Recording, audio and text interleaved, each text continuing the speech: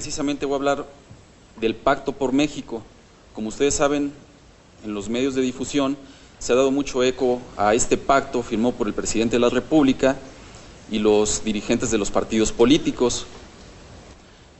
El Pacto por México trae un eje fundamental, estoy hablando del Compromiso 69. El Compromiso 69 lo que busca es el fortalecimiento de la actividad recaudadora del Estado. Dentro de esta función, lo que se está pensando, y por lo menos quedó en estos compromisos de manera muy ejecutiva y muy reducida el cómo se va a actuar, es ampliar la base de los contribuyentes y bueno, un combate frontal a la evasión fiscal y a la elusión fiscal. Estos puntos sí son sobre los que quiero poner mucho énfasis: elusión fiscal y evasión fiscal, ¿sí? Porque de la charla que me toca a mí dar y la que van a exponer mis compañeros después de la hora de la comida, nos vamos a quedar detenidos en aspectos y vamos a ver que la línea es muy delgada entre la elusión fiscal y la evasión fiscal. Obviamente, nosotros como autoridades fiscales, lo que tenemos que combatir de manera frontal en un primer momento es la evasión fiscal. Si partimos de la base de que la evasión lo que implica es que el sujeto activo despliega ciertas conductas ilícitas que van en contra de la norma. Siempre por lo regular la evasión trae consigo el engaño, que es la parte que vamos a ver por defraudación fiscal y sus equiparables. Y bueno, pero esto no quita que desde hace muchos años, pero ahorita ya en fechas más recientes, los despachos contables asesoran a los contribuyentes precisamente para tratar de que ciertos esquemas se ubiquen en el tema y se discutan desde el tema de la elusión fiscal, que al final de cuentas vienen siendo formas lícitas de evadir el pago de una contribución.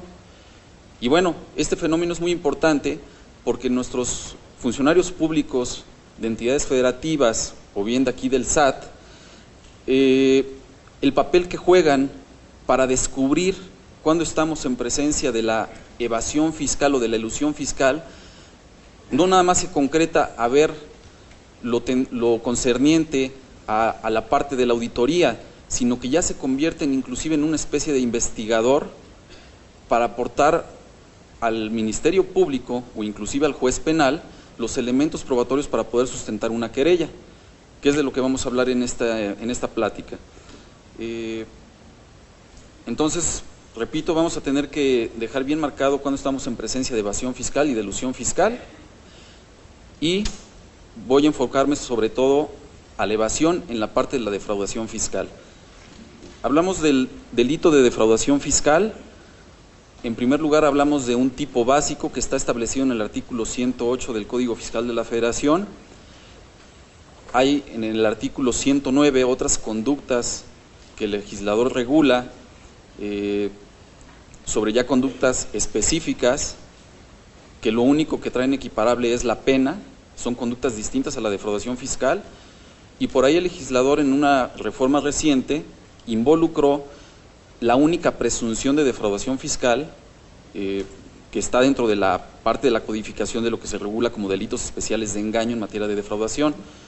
Entonces, en resumen, tenemos un tipo básico que está previsto en el artículo 108 del Código Fiscal de la Federación, 7 tipos específicos que son equiparables a la defraudación fiscal y una conducta por presunción de defraudación fiscal. Y bueno, ya en materia sobre el tipo básico de la defraudación fiscal, tenemos que es un delito patrimonial, se afecta el patrimonio del fisco federal y la nota esencial en el engaño, en el fraude, es el engaño. Se discute mucho que en este tipo de delitos, quién es el afectado, si es la sociedad, si es el fisco federal, si es la Secretaría de Hacienda, si son las entidades federativas, si es el Servicio de Administración Tributaria. Al final de cuentas, creo desde mi punto de vista que los realmente afectados pues vienen siendo los demás contribuyentes que sí cumplen con sus obligaciones fiscales. Aquí juega un papel relevante las Secretarías de Finanzas, el Servicio de Administración Tributaria. O sea, el mensaje que tenemos que mandar es que la gente que no cumple con sus obligaciones fiscales y que inclusive llega al grado de cometer fraude y engaño, pues es gente que tenemos que sancionar penalmente. Pero bueno, para efectos de lo que debe tomar en cuenta un juez, pues efectivamente es que el sujeto pasivo, pues viene siendo el fisco federal, llámese Secretaría de Hacienda o llámese Servicio de Administración Tributaria como órgano desconcentrado. En el caso de las entidades federativas, juegan un papel relevante.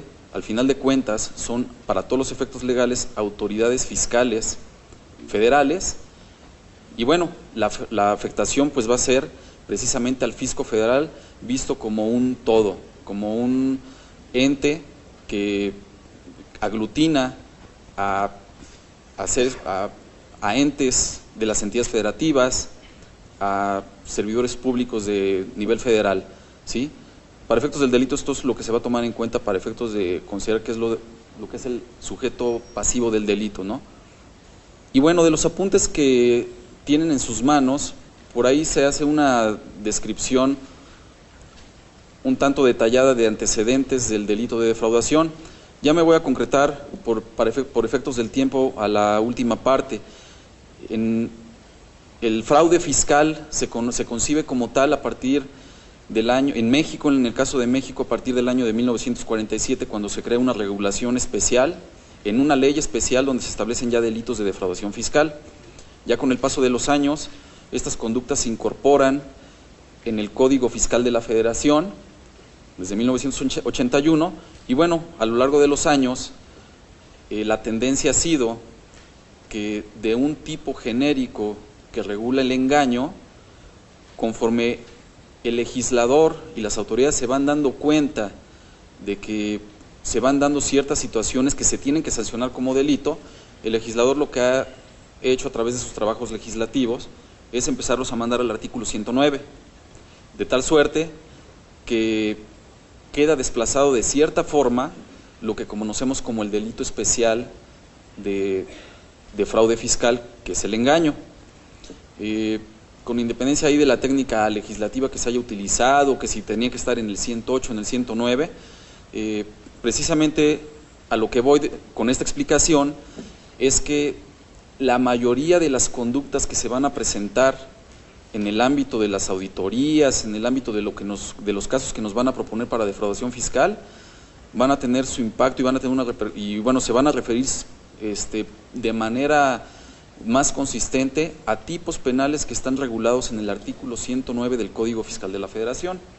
Esto no significa que el artículo 108 quede relegado a un segundo plano.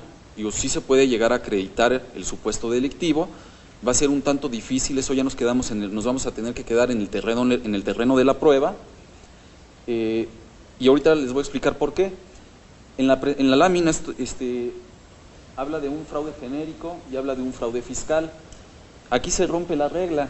El fraude genérico, como lo conocemos en las codificaciones penales de los estados o en el Código Penal Federal, al final de cuentas parte de ciertos elementos. O sea, hay un engaño que es algo que coincide con el delito especial de defraudación fiscal. Sin embargo, aquí se rompe la regla. El sujeto pasivo realiza un acto de disposición al entregar la cosa. Esto significa que primero tiene que haber un engaño, y una vez que el sujeto activo despliegue esa actividad engañosa, el sujeto pasivo entrega la cosa, ¿sí? Aquí se rompe la regla en el delito de defraudación fiscal. ¿Por qué? Porque al final de cuentas, aunque hay una actividad engañosa, aquí lo que pasa con el sujeto pasivo es que deja de recibir la contribución por regla general, ¿sí? Entonces, por cuestión de nombre inclusive, el delito ni siquiera se debería llamar defraudación fiscal, más bien vendría siendo un abuso de confianza. Pero bueno, así es como se llama la evasión fiscal, el fraude fiscal, en el plano del derecho comparado, pues es así como lo identificamos, ¿no? Entonces, es correcto que de todos hablemos de defraudación fiscal. Pero ojo, es un delito especial que ya rompe con las reglas de cómo es un fraude genérico. Y bueno, el artículo 108, la hipótesis delictiva maneja la voz ¿quién? también maneja lo que es el uso de engaños, el aprovechamiento de los errores, la omisión total en el pago de la contribución, que puede ser total o parcial, y el beneficio indebido. Aquí la cuestión fundamental es de que nos quedamos detenidos en el terreno de la prueba. En el terreno de la prueba es muy difícil demostrar el engaño.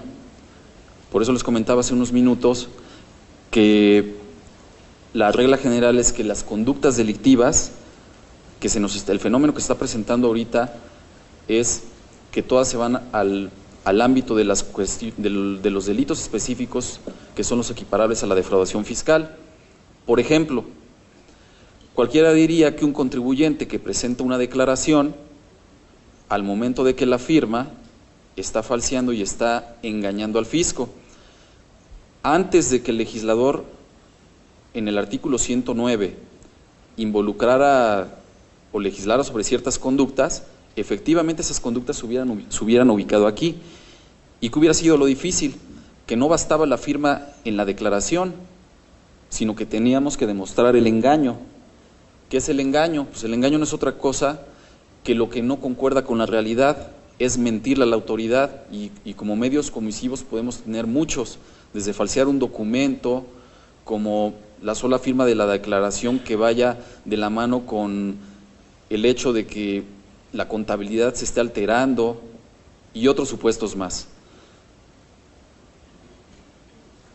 Entonces, a lo que voy es de que ya el engaño, y hablo del engaño cuando se presentan las declaraciones, por regla general nos vamos a tener que remitir a los supuestos delictivos en este caso de la fracción primera del artículo 109, que son conductas que llamamos de mera conducta. ¿Por qué? Porque no se requiere el engaño, no se quiere un resultado. O sea, basta que el contribuyente presente la declaración para que se dé la conducta que se sanciona penalmente, que en este caso podría ser declarar ingresos menores o declarar deducciones falsas. Ahorita en un momento voy a tocar ya tema delito por delito de los equiparables. Y bueno, esto es parte de lo que les estaba diciendo. Se engaña, se miente, se altera la realidad. El sujeto activo es quién es capaz de cometer el delito. Al final de la charla voy a hacer los comentarios sobre la responsabilidad penal que le resulta a las personas que firman las declaraciones o bien que simplemente engañan al fisco.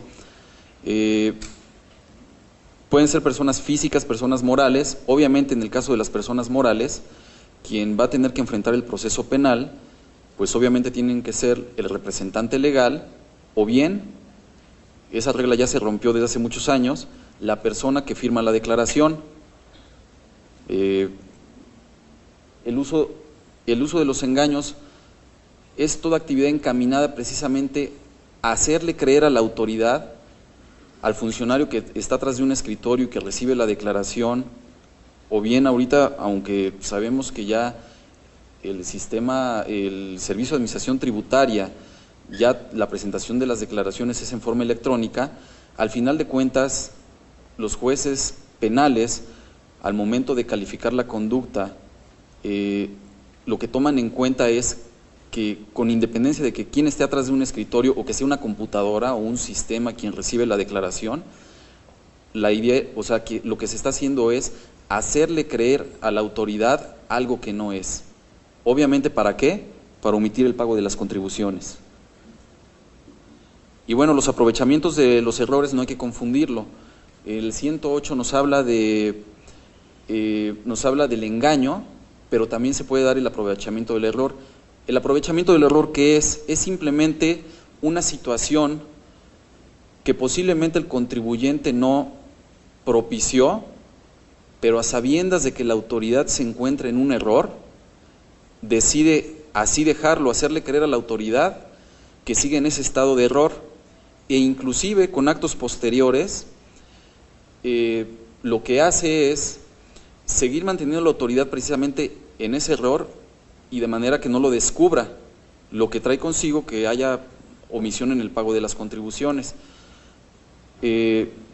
El 108 del Código Fiscal de la Federación, cuando nos habla de engaño y nos habla de aprovechamiento de error, maneja cosas distintas. Estamos hablando de dos supuestos delictivos distintos y obviamente en el campo de lo probatorio se acredita de forma distinta. Aprovechamiento de los errores sobre todo se da en el caso de las devoluciones, ¿sí? Ahí, por ejemplo, el fisco devuelve una cantidad y puede ser que ahí se haya equivocado, ¿sí? Y bueno, ahí se entrega la cosa, se entrega el dinero, pero al fisco se le mantiene en el error. Las penalidades, ¿por qué son importantes?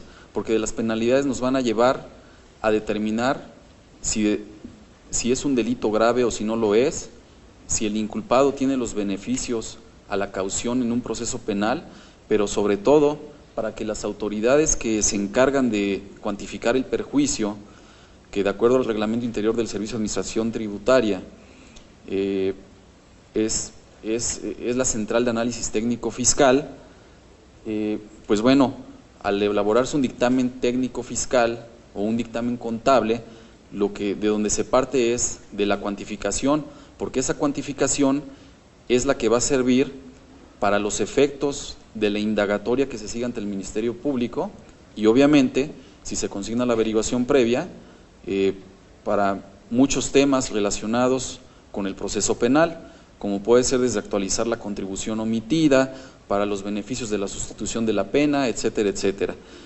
Si ustedes le dan lectura al artículo 108 del Código Fiscal de la Federación, van a encontrar que las penas van de 500,000 pesos, bueno, perdón, el monto de lo defraudado puede ser de 500,000 pesos a 750,000 y de 750,000 en adelante.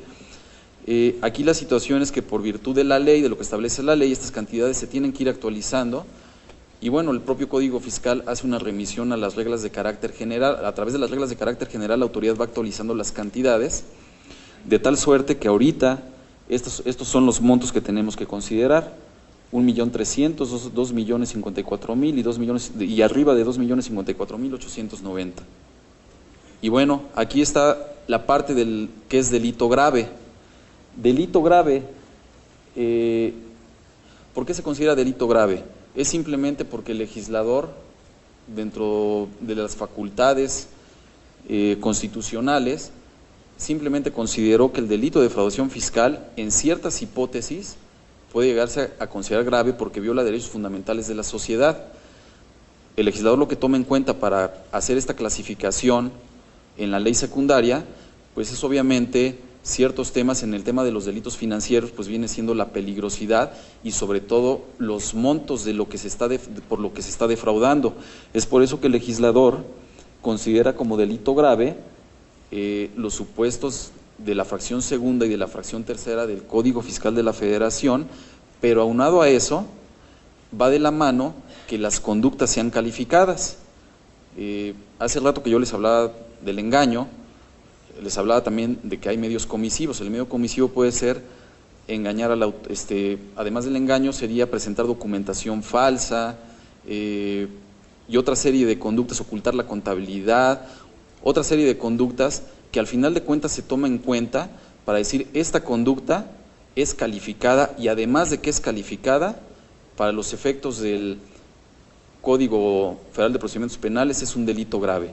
Obviamente el que sea delito grave implica que si una averiguación previa se consigna, el procesado no tiene los el procesado no tiene los beneficios de la libertad bajo caución. Esa persona va a tener que enfrentar el proceso privado de su libertad. Y sobre este tema, inclusive, ya por ahí la Suprema Corte de Justicia de la Nación ya resolvió que no se viola el principio de equidad, ¿sí? Porque ustedes van a decir, bueno, ¿y por qué si el legislador tiene ahí a contrabandistas, a narcotraficantes, por qué va a ser delito grave el que un contribuyente que omitió el pago de una contribución se le ponga dentro de ese catálogo? Bueno, la respuesta es muy sencilla. O sea, al final de cuentas son delitos de cuello blanco y al final de cuentas se está defraudando al fisco y no es cualquier cosa. Y sobre todo si cuando el monto de lo defraudado va arriba de lo que establece el propio Código Fiscal de la Federación en su fracción segunda y en su fracción tercera del artículo 108. Y bueno, ¿cuándo se considera el delito calificado? El propio código nos habla de 7 incisos, 7 supuestos, que son, yo creo ahí que el legislador tal vez sí se ha tardado en incorporar otros más, pero estas son conductas calificadas, y el que la conducta sea calificada implica que la pena aumenta en una mitad. Y bueno, muchos de estos supuestos de delito calificado, al final de cuentas ya son conductas específicas que inclusive están reguladas en el artículo 109 del Código Fiscal de la Federación. Les comentaba entonces que tenemos un tipo básico, artículo 108, 7 delitos equiparables a la defraudación fiscal, y tenemos una presunción por delito de defraudación fiscal, que es la única. Este supuesto delictivo se incorporó recientemente. Sí lo quiero comentar porque en una auditoría, ya sea a nivel estatal o a nivel federal, se puede llegar a presentar la situación de que, ya sea a través de un procedimiento de discrepancia fiscal o cualquier otro método de revisión, simplemente no cheque lo que está gastando el contribuyente con lo que recibe como ingreso, ¿sí? Entonces, sí tenemos que tener bien identificado cuándo se podría dar una presunción de defraudación, porque es un caso que obviamente se tiene que ubicar en el supuesto delictivo correspondiente para hacer la denuncia o para querellarnos ante el Ministerio Público.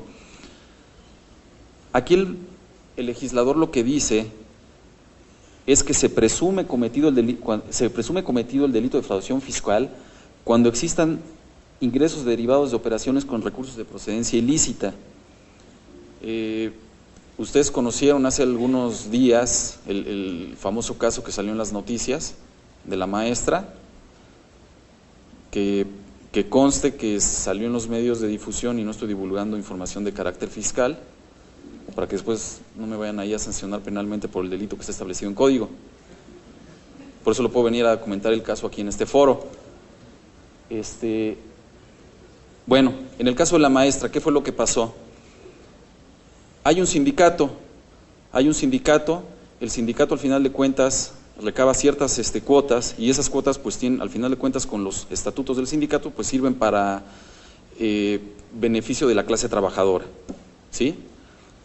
¿Qué pasa aquí? Pues simplemente se descubre a través de una indagatoria de que la señora está gastando dinero de más, y que si ella como maestra, si tiene un sueldo, quiero pensar, de 10,000 pesos, pues cómo es posible que esté gastando X cantidad de dinero en aviones particulares, en etcétera, etcétera, en hoteles, en jets privados, etcétera, etcétera. Hay una cuestión ahí de discrepancia.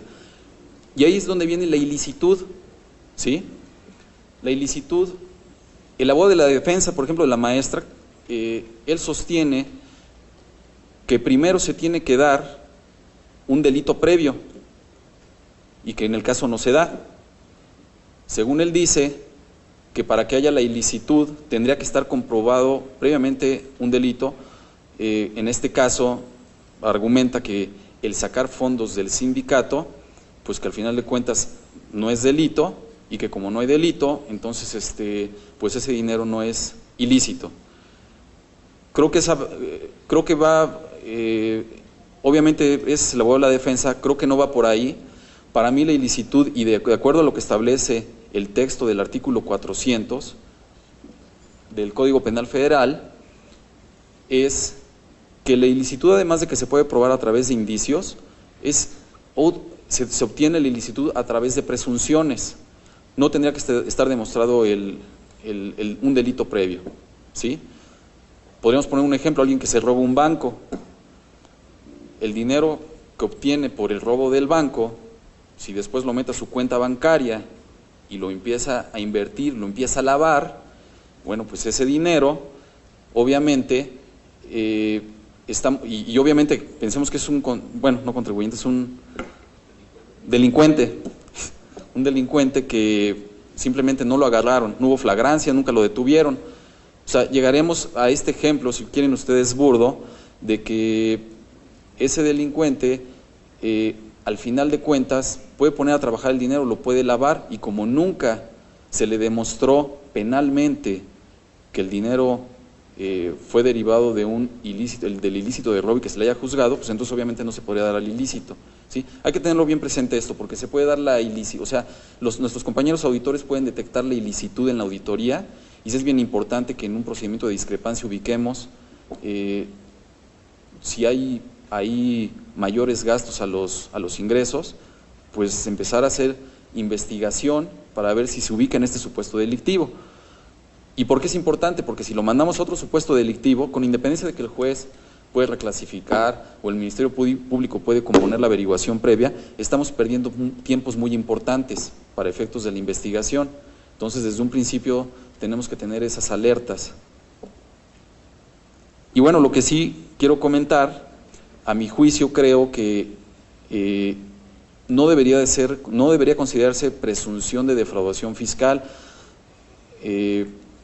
en razón de que esto nos llevaría al extremo de que una persona que se robó un banco o la maestra que sacó dinero del sindicato para sus cuentas personales, pues llegara al extremo de que lo tuviera que declarar como si fuera un hecho que cause impuesto. O sea, lo que obtiene el dinero que obtenga por el robo de un banco, que lo tenga que declarar, presentar una declaración y decirle al fisco, mira, eso es de lo que me robé del banco y ya lo estoy declarando. Bueno, es comentario, sí tiene ahí su cuestión de inexactitud de cómo se clasificó como una presunción, sin embargo así está en ley, y bueno, yo pude examinar la exposición de motivos, y al final de cuentas los argumentos para la reforma que hubo para este artículo no fueron muy consistentes, ¿sí? Pero bueno, así está. Y bueno, ya entramos a las conductas que se presentan con mayor frecuencia en el terreno de las auditorías, y que obviamente de los asuntos que ustedes van a detectar, seguramente son de las que se van a estar proponiendo con mayor frecuencia. Equiparables a la defraudación fiscal, lo único que es equiparable, y se le llama por eso equiparable, es la pena, ¿sí? En eso sí coincide con penas y montos de lo que establece el artículo 108 del Código Fiscal de la Federación. Sin embargo, tienen cierta autonomía, y bueno, mucha autonomía diría yo, porque aquí se trata de conductas que la doctrina o la jurisprudencia califican como de mera conducta, ¿sí? ¿Por qué de mera conducta? Porque no necesariamente se requiere el engaño, basta que el contribuyente omita presentar la declaración, o basta que el contribuyente declare ingresos menores, o basta que el contribuyente se aproveche de un subsidio o de un estímulo sin tener beneficio a él, etcétera, etcétera, ¿sí? Entonces, ¿esto qué es lo que pasa? Desplaza la conducta de engaño. Y bueno, los hechos, al final de cuentas, es lo que se debe de interpretar. Hablamos mucho aquí de la interpretación de la ley, sabemos que en materia penal cuando se va a presentar una querella no podemos calificar la conducta, pero sí es importante que se vaya orientando, por lo menos en la querella y de la investigación que se realice en las auditorías, hacia dónde vamos a ir, encaminar nuestra investigación para sustentar un caso penal, ¿sí? Entonces, sí es importante esto, les repito, porque si desde un principio mandamos y nos abocamos a recabar pruebas para tratar de demostrar un engaño, cuando en realidad estamos en presencia de una conducta de las del 109, pues bueno, vamos a distraer ahí, por ejemplo, en este caso, muchos esfuerzos a estar demostrando el engaño cuando no es necesario. En sentido contrario, si nos vamos a los supuestos del 109, que también son difíciles en el terreno probatorio, pues de conseguir las pruebas, sin embargo ya lo aterrizamos más al sustento probatorio que se necesita. Todo esto que les estoy comentando, al final de cuentas, vamos a tratar de abordarlo en la plática que van a dar mis compañeros expositores después de la hora de la comida, sí, porque ahorita está un poco teórico todo esto, pero es la parte que van a abordar mis compañeros. El artículo 109, fracción primera, regula 3 supuestos delictivos. El primero involucra declarar ingresos menores. El segundo, cuando estamos en presencia de deducciones falsas, obviamente también se tienen que declarar. Y el tercero es un supuesto que involucra únicamente en la comisión del delito a las personas físicas. Por eso aquí se está poniendo personas físicas y personas morales, pero no por el hecho de que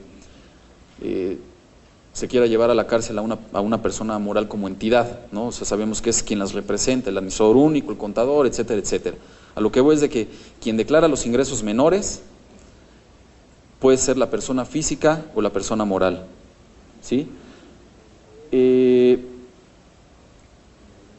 el tercer supuesto delictivo va dirigido a las personas físicas y básicamente el comentario que quiero hacer que de todos los tipos penales que tenemos en el capítulo del Código Fiscal de la Federación, artículos 108, 109, ese tercer supuesto delictivo es el único que nos obliga a ejercer facultades de comprobación necesariamente. ¿Por qué? Porque el legislador hace una remisión al artículo 107 de la Ley del Impuesto sobre la Renta, 106 o 107, ¿alguien me aclara? 107, ok. Hace una remisión expresa y si nos vamos al contenido de lo que establece la norma secundaria, que es renta, encontramos que nos detalla un procedimiento muy específico que deben de seguir las autoridades para comprobar la discrepancia fiscal. ¿Y en qué consiste? Bueno, pues básicamente, primero que la autoridad tenga identificados los ingresos y las erogaciones.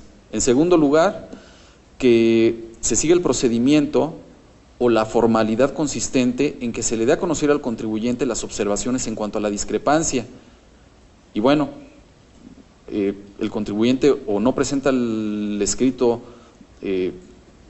simplemente omite presentar el escrito o exhibe las pruebas. Se le debe dar cumplimiento a esa formalidad. Y es aquí la parte que les digo, este procedimiento dice que al final de cuentas la autoridad va a tener que emitir una liquidación. Entonces,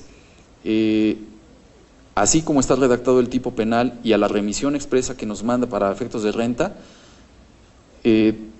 podría ser la única disposición o supuesto delictivo que de cierta forma nos obligue a ejercer facultades de comprobación. Y ustedes ahorita me van a preguntar, pero bueno, es que siempre ejercemos facultades de comprobación para hacer un caso penal. Bueno, pues la respuesta simplemente es que no nos debemos de quedar en esa parte, ¿sí? Cada vez tenemos que avanzar en el sentido, y era un poco de las preguntas que estaban elaborando al final de la conferencia, y tiene que ver mucho esto con la parte de los procedimientos administrativos y los procedimientos penales.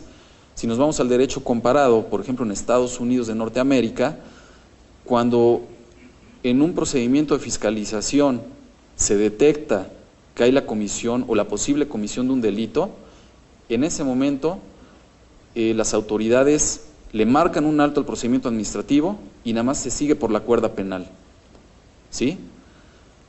Y eso es algo precisamente que a veces complica aquí el tema, ya sea desde la explicación que estoy dando aquí en este foro o desde cuestiones complejas cuando ya tenemos una sentencia condenatoria en la vía administrativa, que de repente choca contra que tenemos al contribuyente en proceso penal, pero por ahí ya tiene su sentencia favorable de fondo, donde hay cosa juzgada y donde se le deslindó de la responsabilidad, bueno, no se le deslindó, se declaró la nulidad del acto por demostrar ante el tribunal fiscal que no estaba obligado a pagar la contribución, ¿sí? Entonces aquí sí quiero dirigir la plática un poco en este sentido. Tenemos, o sea, no nos tenemos que quedar con la idea que las facultades de comprobación que se ejercen directamente con el contribuyente, como podría ser una revisión de dictamen, una visita domiciliaria, una revisión de gabinete, es el único medio o los únicos medios con los que podríamos obtener información relevante para un caso penal. Se puede hacer de otras formas. El propio artículo 42 del Código Fiscal de la Federación establece dentro de sus facultades que, por ejemplo, se le puede pedir información a fedatarios públicos o a funcionarios públicos. Por ejemplo, se le podría pedir información a la Comisión Nacional Bancaria sin agotar la facultad de la visita domiciliaria, ¿sí? Donde el contribuyente le vamos a pedir que nos entregue la contabilidad, que nos exhiba la contabilidad y empezar a registrar sus depósitos.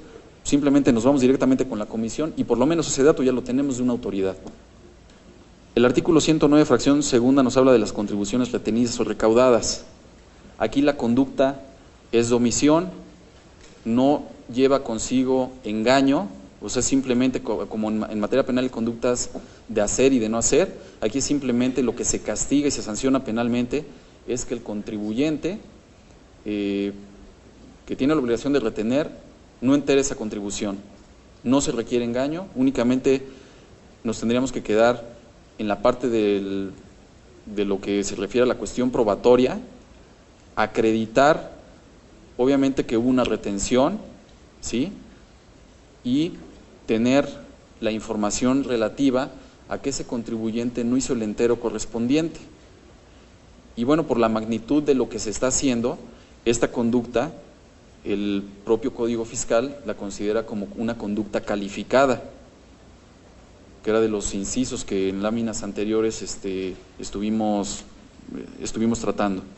El beneficiarse sin derecho de un subsidio o estímulo fiscal.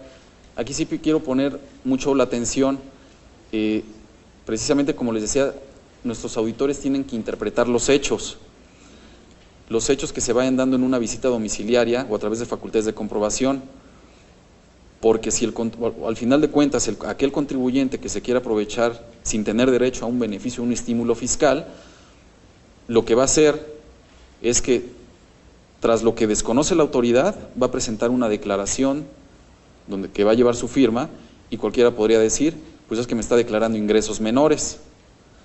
Aquí simplemente lo que tenemos que ubicar es que si dentro de los argumentos de defensa que se estén dando como parte de la auditoría o porque el contribuyente simplemente en cualquier parte de la auditoría manifestó, es que yo tengo derecho a tal estímulo o a tal subsidio, la conducta la tenemos que ubicar necesariamente en este tipo penal. Pues de lo contrario corremos el riesgo de que encaminarla o tratarla de encuadrar en otro supuesto y tratar de exhibir pruebas para otro supuesto, va a dificultar la integración del asunto, tanto para el Ministerio Público y obviamente pues, un juez penal, ante esta situación de que no se haya descubierto que el contribuyente se pretendía beneficiar de un estímulo, de un subsidio, pues va a traer consigo obviamente la absolución en un proceso penal, precisamente por no haberse mandado la conducta específica. Estos casos, aunque no son muy frecuentes, sin embargo sí se llegan a dar. Al final de cuentas la doctrina y el derecho comparado dicen pues, que al final, la simulación al final de cuentas es un engaño, ¿sí? Quien simula está mintiendo, está tratando de cubrir con un ropaje jurídico algo que no corresponde a la realidad. Y este es el supuesto delictivo que se está dando con mayor frecuencia. Inclusive los despachos contables asesoran a los contribuyentes de manera con cierta complicidad para realizar este tipo de actos, simular actos para tratar de cubrir las evidencias y hacer pasar por bueno algo que no es, ¿sí?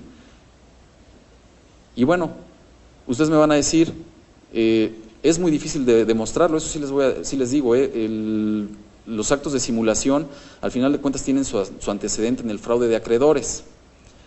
Esta conducta, si el legislador no lo hubiera introducido como un delito equiparable, se hubiera quedado en el engaño, y como engaño hubiera quedado bien. O sea, al final de cuentas, quien simula, engaña. Queda un poco más específico el decir que se está simulando, pero bueno, la simulación, si nos vamos a las codificaciones civiles y otro tipo de codificación, otras leyes especiales que pueden llegar a establecer la simulación, nos llevan a que la simulación se puede demostrar con elementos presuncionales. Aquí no se requiere de prueba directa. Entonces, eso es bien importante porque en una visita domiciliaria, vamos a tener que identificar ciertos elementos presuncionales que, aunque no son prueba directa, si los concatenamos unos con otros, nos van a llevar a que de algo desconocido, nos van a llevar a algo conocido, probado a manera de indicio. Por ejemplo, nos propusieron un caso, no me voy a extender ahorita mucho con ejemplos porque las siguientes horas van a ser para dar cuenta precisamente de los actos de simulación, pero por ejemplo, una donación está exenta en el pago de impuestos. Un papá y un hijo se pusieron de acuerdo, redactaron su contrato y al final de cuentas, de la operación que se estaba realizando, uno se puede percatar que realmente se trataba de una cesión de deuda, que lo que implicaba es que obtenía la persona a la que se le están haciendo los derechos el cobro de la deuda, y ante el cobro de la deuda, pues obviamente es un ingreso que se tiene que acumular. Bueno, pues aquí se pusieron de acuerdo, yo no sé de qué manera, el papá ya era un señor grande, entonces yo creo que el hijo más bien le dijo: oye papá, fírmame el contrato, que estoy denominando contrato de donación. Le dio ese ropaje jurídico. El contrato dice que es un contrato de donación. Sin embargo, si empezamos a ver las cláusulas del contrato, podemos advertir, en este caso, de que en realidad era una donación. ¿Por qué? Pues porque infringía disposiciones del Código Civil, lo que realmente se estaba pactando iba en contra de las leyes y pues no, se le estaba cubriendo de cierto ropaje a este acto jurídico para para tratar de evadir el cobro de la contribución. Aquí, en este caso que les estoy contando, estamos en presencia de un verdadero acto de engaño, es evasión fiscal, es defraudación fiscal y pues lleva implícito obviamente una simulación, ¿sí? Entonces, en el terreno probatorio, pues obviamente, ¿qué es lo que se tiene que investigar? Bueno, pues que hay una relación de parentesco entre padre e hijo, o sea, actas de nacimiento, por ejemplo, ¿no? Como un segundo elemento presuncional, pues bueno, las manifestaciones que contiene el propio acto jurídico, de manera tal que se pueda hacer ver que ese contrato en realidad no era realmente una donación, era una cesión de derechos. Y bueno, también descubrir, a manera de indicio por lo menos, qué se le hizo ese dinero. Y obviamente que con toda esta maquinación que hubo y todos estos artificios, que al final de cuentas no hay prueba directa, o sea, son elementos presuncionales que se van concatenando unos con otros, y esto lo que hace es que tanto el Ministerio Público como el juez penal, a través de estos elementos probatorios, que no constituyen prueba directa, repito, puedan determinar que estamos en presencia de un caso de simulación. Y bueno, aquí les pongo cuidado, en razón de que la línea es muy delgada entre la elusión fiscal y la evasión fiscal. A veces, en materia de técnica legislativa, el legislador deja muchas lagunas en las leyes, sobre todo en materia fiscal, y precisamente los despachos jurídicos, los contadores, los abogados que asesoran a los contribuyentes, lo que tratan es precisamente tratarse de ubicar en el supuesto o no ubicarse en el supuesto donde está la laguna, y al final de cuentas, de forma lícita, dejan de pagar la contribución. Entonces, ahí tendríamos que distinguir muy bien cuando estamos en presencia de la elusión y de la evasión fiscal. En el caso que les comentaba de la donación y de la cesión, estamos en presencia de un caso de simulación. Aquí no habría lugar a dudas a que el contribuyente pudiera decir: es que yo lo hice de forma lícita porque los artículos del Código Civil yo los interpreto de esta forma.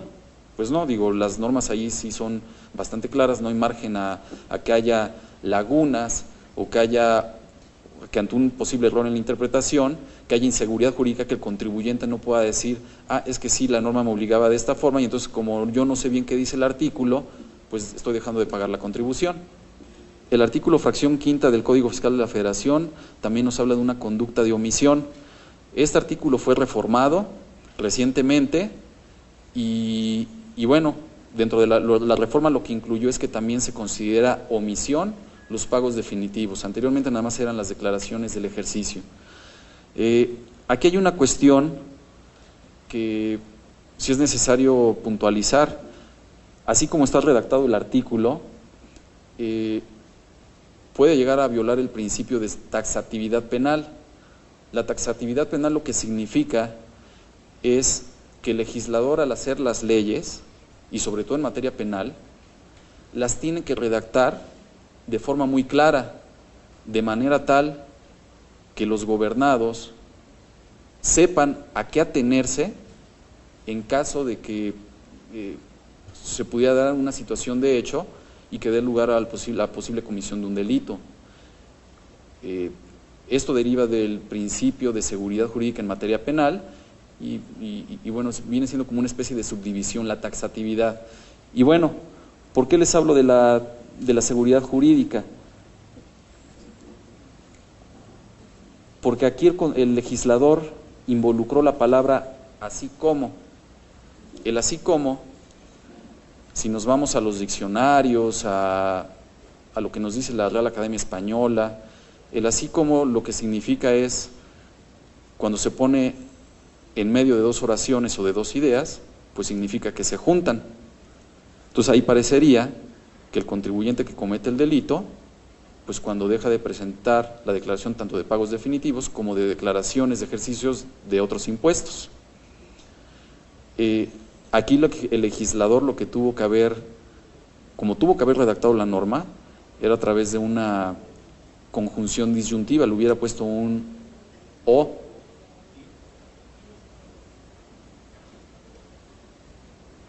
Pero bueno, al final de cuentas, esto se queda en la parte que tiene que ver con la forma en que se redactó el artículo, pero sí nos puede impactar en la parte penal.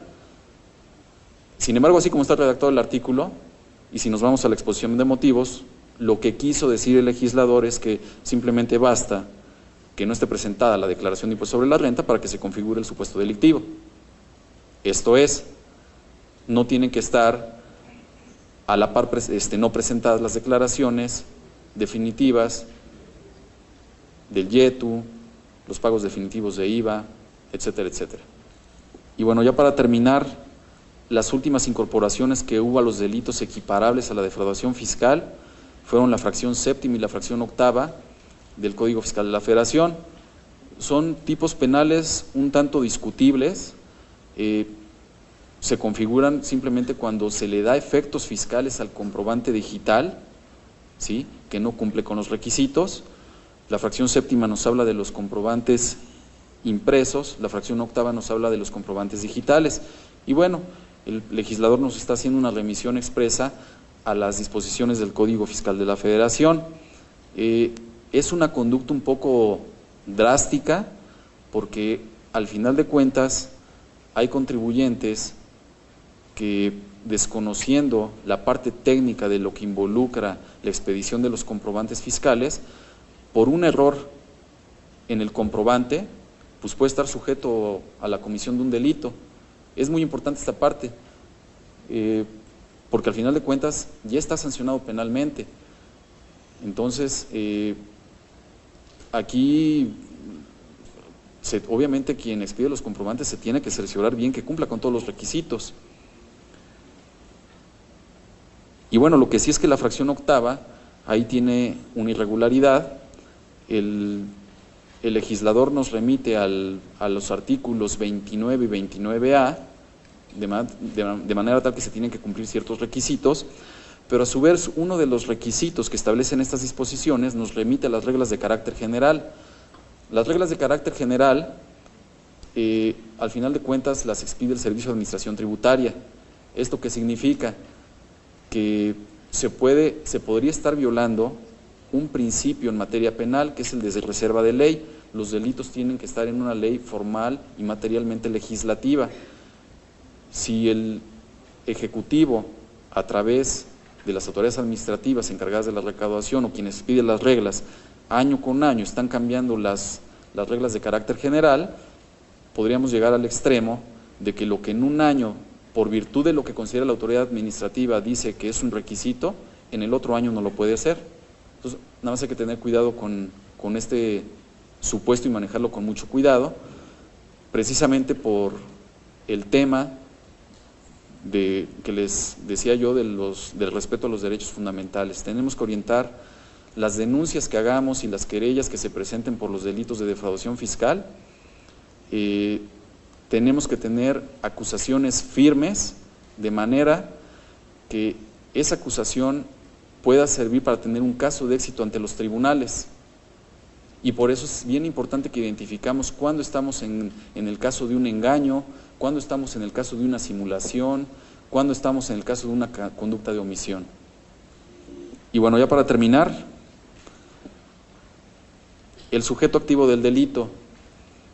Anteriormente se consideraba que quien firmaba la declaración, si era una persona física o si era la persona moral, y la persona moral se obliga a través de sus representantes, pues bueno, ellos tenían como tienen la calidad de contribuyentes, eran los que tenían que responder penalmente por la omisión en el pago de la contribución, en cualquiera de sus supuestos delictivos, ya sea engaño o una conducta equiparable. Esto dio lugar a una contradicción de tesis en la Suprema Corte de Justicia de la Nación. Un tribunal colegiado consideró que cuando se utiliza la voz ¿quién? En el artículo 108 o en el 109, se está refiriendo a que no hay un sujeto calificado, un sujeto activo calificado. ¿Esto qué significa? Que no necesariamente tiene que ser el contribuyente. ¿Por qué?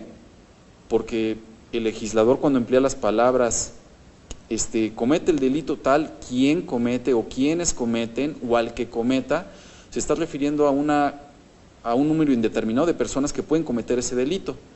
Esa fue la posición de un tribunal colegiado.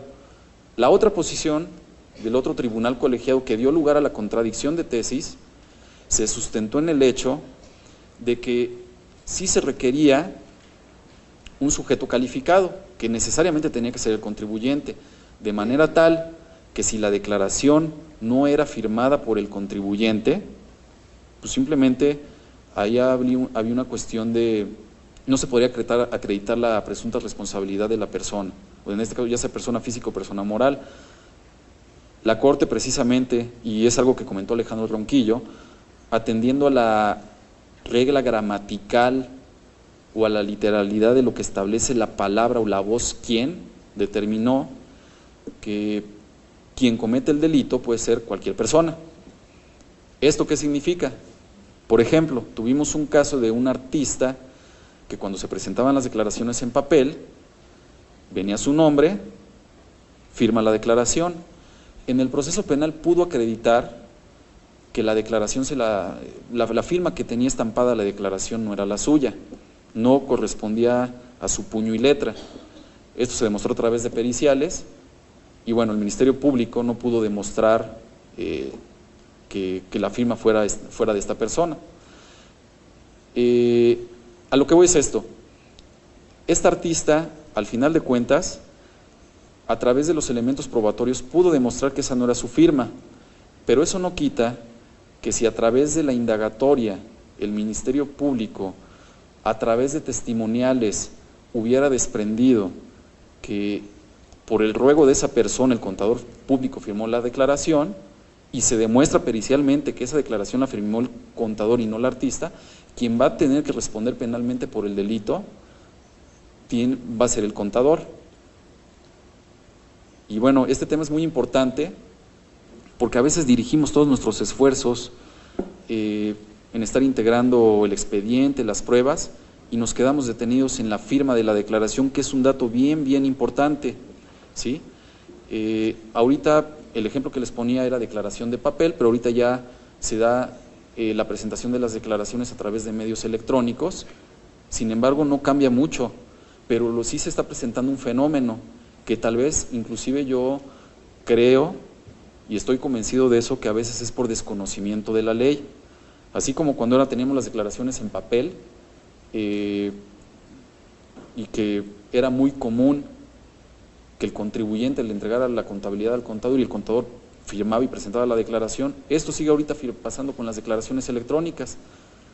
La clave de identificación o con la que firmamos la declaración simplemente se le entregan al contador y el contador sigue presentando las declaraciones. Aunque el Código Fiscal de la Federación establece que en materia de declaraciones electrónicas, cuando se firma con una firma electrónica, no se admite prueba en contrario, esta regla en materia administrativa, que aplica para la materia administrativa, cambia en materia penal. En materia penal sí se admiten pruebas en contrario, y obviamente, si se demuestra en la indagatoria que esa persona indebidamente le entregó la firma para que un contador firmara su declaración y se demuestra que el contador la firmó y utilizó esa firma, quien va a ser penalmente responsable es el contador. Bueno, con esto termino.